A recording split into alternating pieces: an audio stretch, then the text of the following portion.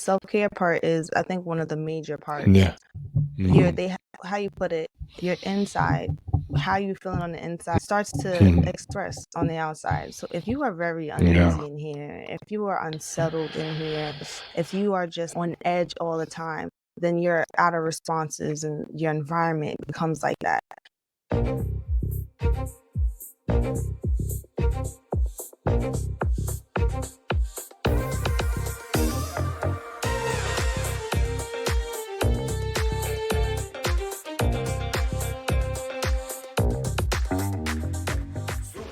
Welcome to Super Entrepreneurs Podcast. I'm your host, Shahid Durrani. Today we have with us Dr. Tori Ellis. Dr. Ellis is a transformational life and business coach focusing on the mom behind the business. Welcome to our show. Thank you for having me. How are you doing today? I'm doing wonderful. Thank you so much. It's great to have you. I checked your profile. I see what you're doing, and the blend of entrepreneurship and hip hop culture sounds fascinating, by the way. Yeah. Can you share how you got into that? To be honest with you, that book came from one of my capstone classes for my master's. My professor asked us to create a book on everything that we had learned and implemented during our master's, and I decided to infuse it with hip hop because that was also a love of mine, the hip hop culture. Of course, there's so much entrepreneurship, so much businesses that you can see within that culture. So I infused it. And once I submitted my whole book, he said, Tori, you need to publish this.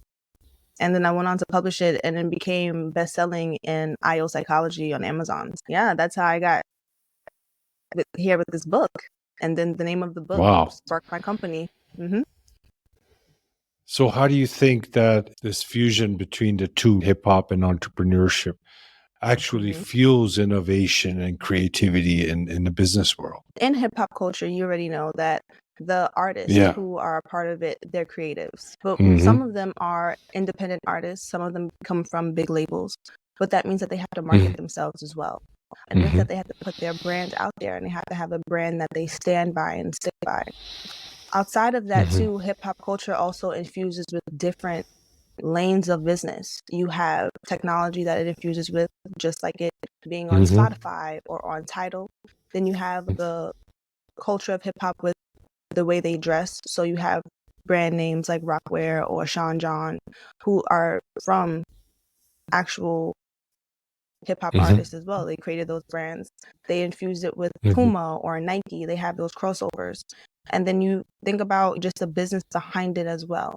You have your A&R department, you have your big record labels, and then each of them have a agreement with the amount of CDs or the amount of albums that these artists are able to create and actually fulfill their duty of their contracts.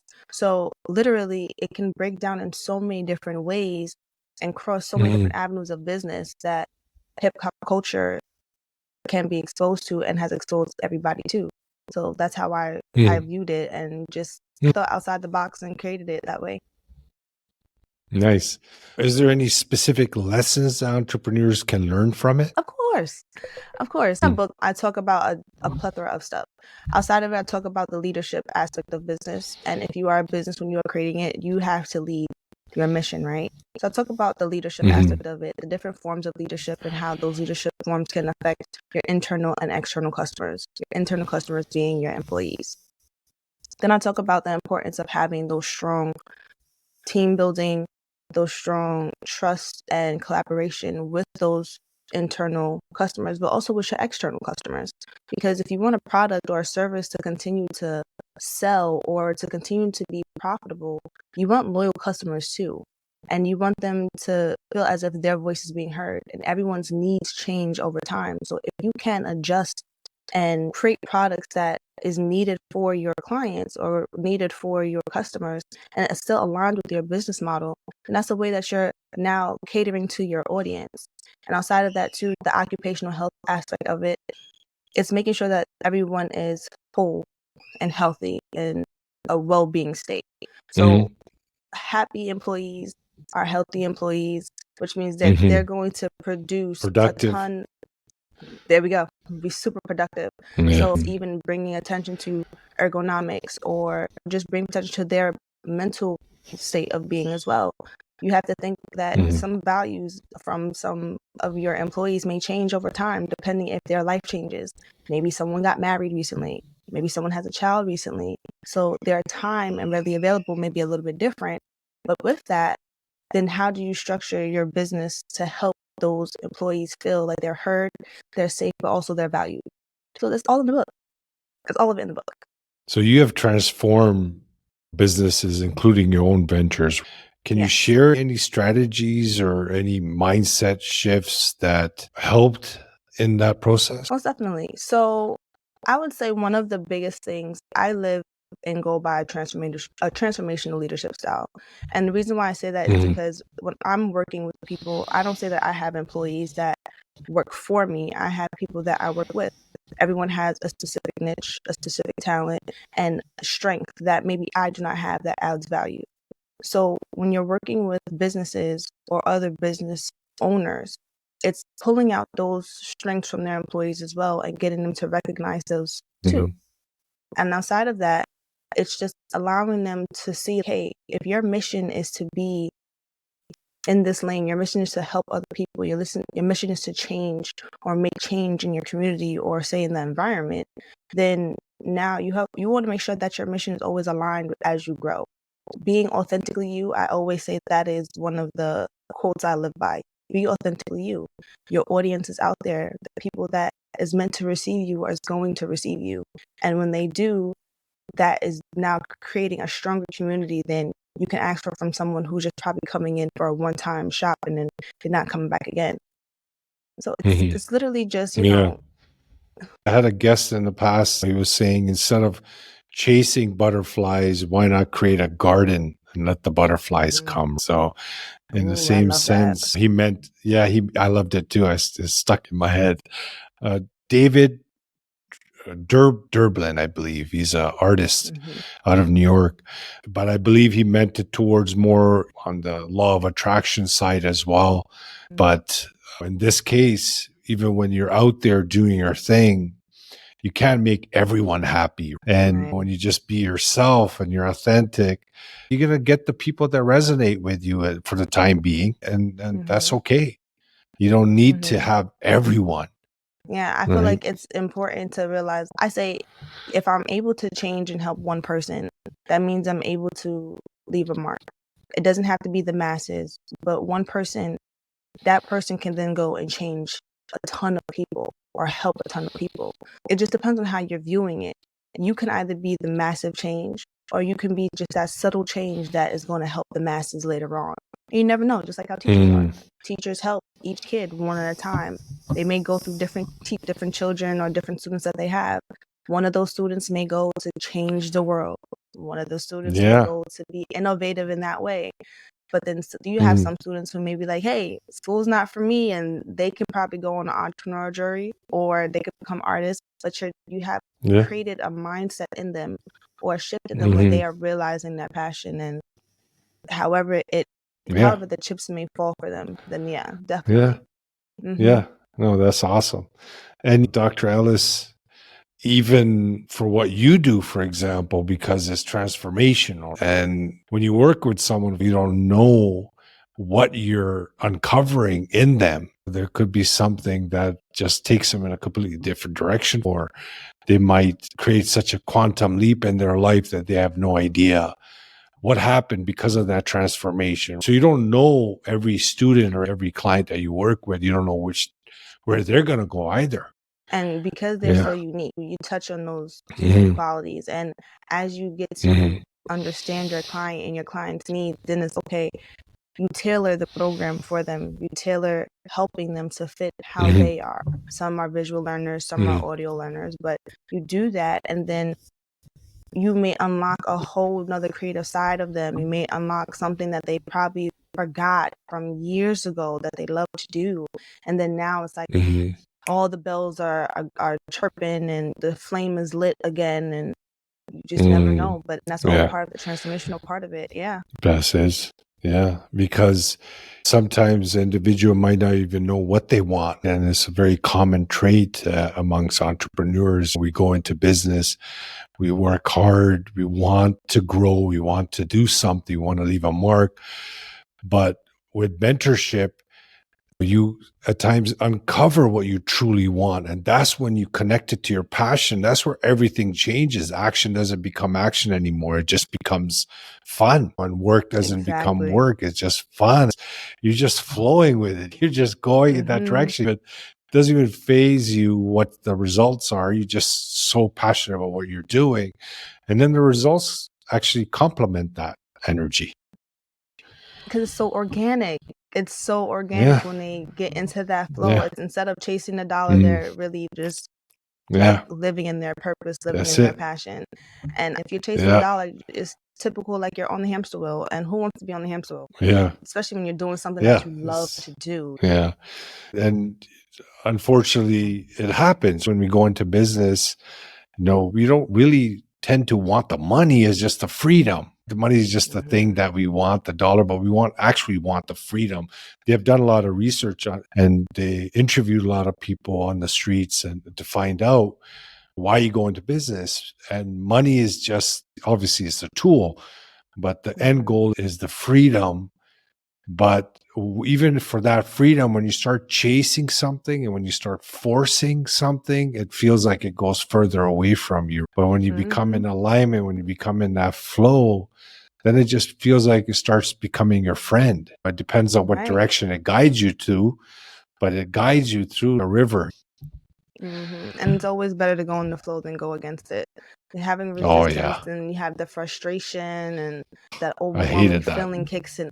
Listen, and a lot of times too, people don't even realize that we as entrepreneurs, you want the freedom, but in the very beginning, especially those first 5 years, the freedom is not coming from the time, because you have to put so much more time into your business than the typical 9 to 5. So it's like you are so consumed with it. And I feel like you said it, when you go in the flow and you love what you're doing, that time doesn't seem like it matters. It's just like, No. I'm loving what I'm doing. I'm just doing it. And it's becoming this big masterpiece. And people miss that idea sometimes, because then they get so consumed in just the time, or I don't have as much freedom. But literally, it's your freedom to create. And that's the most beautiful thing ever. Yeah. I talk to entrepreneurs. I say that it's great that you're going into business. You want to launch something, you have a startup, you have an idea, you want to support your family, you want to do great things, and you want to make a difference. But how do you feel? Because when we don't invest the time and money into ourselves first, it just becomes very chaotic on the outside, because we don't have that stability, that foundation. When you buy a house, you have that foundation. Same thing. I always highly recommend that if you're going in this direction, which is not a pretty direction, it looks glamorous when you see success stories, but the journey to success is not pretty, and you need a pretty good foundation to handle it. And if you don't, a lot of people give up. But if they don't give up, then they're unhealthy and it's doing a number on their physical health. They call it that grind. That let's go, but it kicks you in the butt over time. So most definitely, the self-care part is, I think, one of the major parts. yeah, How you put it, your inside, how you feeling on the inside starts to express on the outside. So if you are very uneasy in here, if you are unsettled in here, if you are just like on edge all the time, then your outer responses and your environment becomes like that.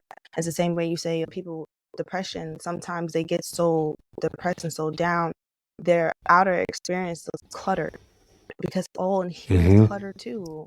So literally your inner is an expression of your outer. So that self-care piece very is true. super important. It's super Super, important. And I super feel like important. people need to lead into that more often than not. Like those, before your body sits you down, you need to probably sit down, so that way you can get back up and do what you gotta do a little bit faster. Because once your body sits you down, you have a while. Yeah, so true.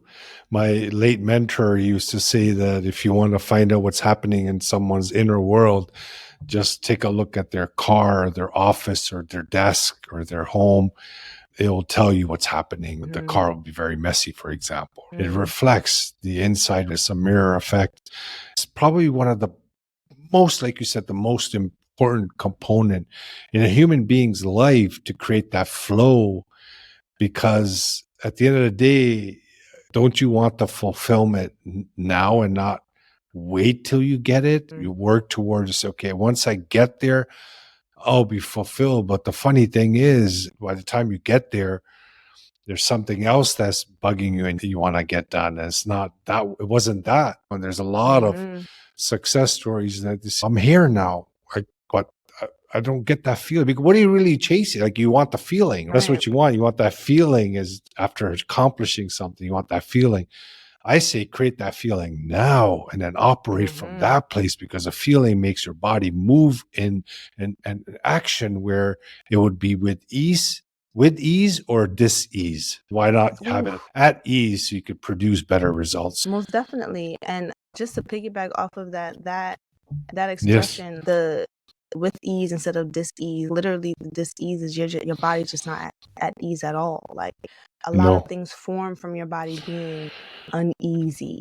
A lot of things form Mm, that can have a long-term detriment on your body just from you not taking care of yourself from the very beginning. So how are you going to enjoy mm, the end result if you're not healthy during this process? Because now you get to mm. the end result, but Yes. then now you have to counteract, and you weren't proactive, so you're reactive, and now you got to get your body to just be able to enjoy it. And I feel like I Mm, tell everybody, you can't pour from an empty cup. You're not going to show up and mm. be present at your best self for anybody else if you're not feeling your best self. You have to pour into you just as Yes. much as you want to pour into Yes. everybody else. And it's a Mm. pivotal. That's what people in business, entrepreneurs, that's people in everyday life. Like, you have to take that time to pour into yourself. It's so imperative. Yeah. Mhm. Yeah. It's so important.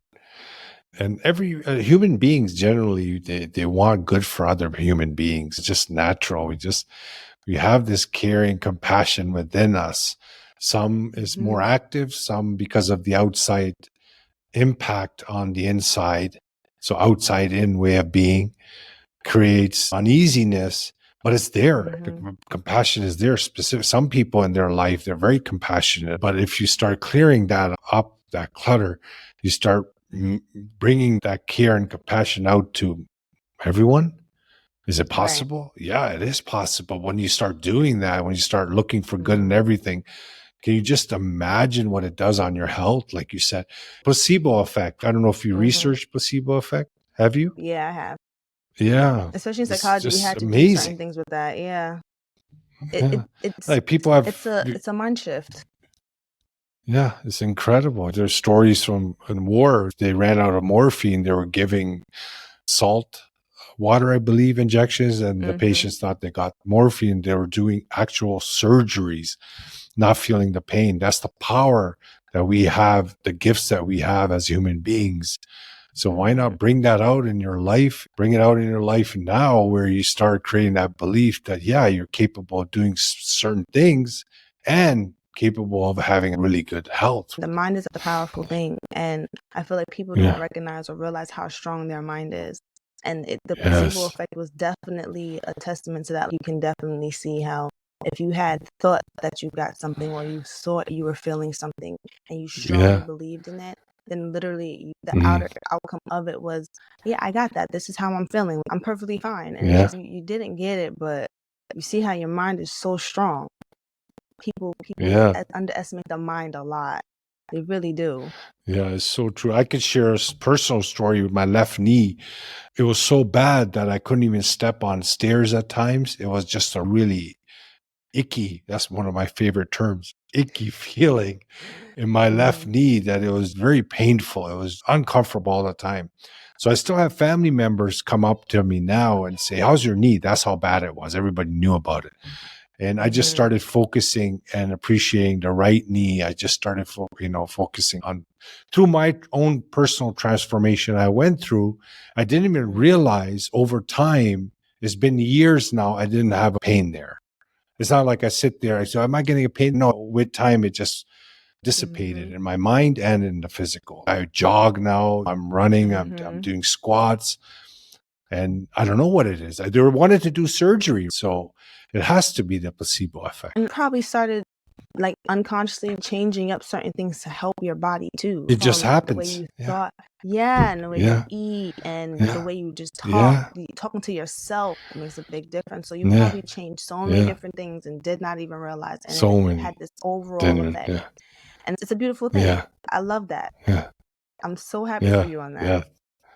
Thank you so much. There's a few other things too, and I'm still working on certain things, but now you get a hang of it. Once you start getting a hint of the gifts that you have, once you start experiencing those gifts in real life, you actually experiment yourself, not someone's telling you, hey, do this and you'll get this happen. When you start seeing those things happen in your life, that's when the true magic happens. That's when you realize, wow, there's something incredible here. Then you start looking at life differently. Now you say, okay, wait a minute, I'm not alone. There's something phenomenal happening all around me that I'm not aware of, that my senses can't pick up. But there's forces that I can't explain. That kind of realization, that kind of feeling that you gain, you can start doing some great things. It's very reaffirming. It's like a reaffirming, like it's reaffirming you that you're on the right path. And like you said, once you start with one, it starts to just spiral down to the next. And not everyone's way of doing things is always the right way for you. So you start learning yourself more. And I feel like once you start to learn yourself more too, that changes the game, because you know what you don't like, what you like, what uplifts you, what makes you feel good. And then you can start doing those things that really just fill your cup and really fill your bucket for the day. And that becomes to filling your bucket for the month, for the year. And it just changed the whole perspective. Definitely. Oh, I love that. Yes. I It's amazing. I definitely attest to that. Yes. Yes. Yeah, no, that's great. We say that switch your focus from outside to inside. It's very simple to say. It requires a lot of work, it requires mentorship, but possible to change that paradigm to live from inside out. Because once you make that shift over time, you take your power back, period. That's it. Take your power back. And at the same time too, it's like also all the things that probably had limited you before, all the things that probably had that imposter syndrome, or the things that affected your mental in that state. What other people think. Those traumas from years ago that you probably didn't fully heal from, but you just blocked out, that's blocking you still. When you go inward and you're able to see all of that and recognize all of that, a lot of that times too is you just acknowledging how you felt that moment and feeling through it. And then with the tools and understanding, like, hey, during that time, I didn't have these specific tools, but I had what I needed to get into the point I'm at now. And I just started adding more tools into my toolbox. And it's okay that I wasn't okay back then, but it's even better that I'm feeling better and okay now. And it's just that transformation of mindset of, hey, the past is the past, but it was definitely a learning point. It was definitely a point of me just learning myself more, understanding myself more. And now I'm here to be like, I'm not upset about my past. I'm not mad about it. I'm grateful for it. And gratitude goes a long Understanding. way. Yes. Yes. That inner standing. That inner standing for sure. Inner standing. Cool. Yeah, I like that. This is the first time I heard that. Can I use it? You definitely can. I always try to give credit if I remember, but wow, that's a cool term. You know what? I could talk about this stuff forever, and I'd love for you to come back on the show, Dr. Tori Ellis. This information, I could speak about it for days. But otherwise, when you're not speaking about it, you just keep it within and you're in stillness, you're quiet. And some people say, like, why are you so quiet? You used to be so exciting. I said, I still am, but I'm that way inside. But yeah, that stillness, it creates heaven on earth, I feel. Yes. So I really appreciate your time today. Do keep in touch. If there's any final words you would like to share, please go ahead. I want to say thank you to you for this platform and this opportunity and for this conversation. I would love to come back and speak more, because we could get into this for days. Like, I have stories and everything, so we can definitely do that. But that'll be awesome. for your listeners, we're going to do that. We're going to definitely do that. But for your listeners, let's do it. The one thing I would say before I part would be look within, so that way you can create your outer experience at the highest vibration that you imagine, and never limit your imagination. Always think far past what your wildest dreams are. And that's totally that. Love it. Love it. Beautiful ending. Thank you so much. Appreciate you. And I really mean it. Do come back again. We could continue these chat. And also, I love stories. We all love stories. We have a platform to amplify those stories and change more lives. So I appreciate your time. Keep in touch. And thank you so much. Thank you.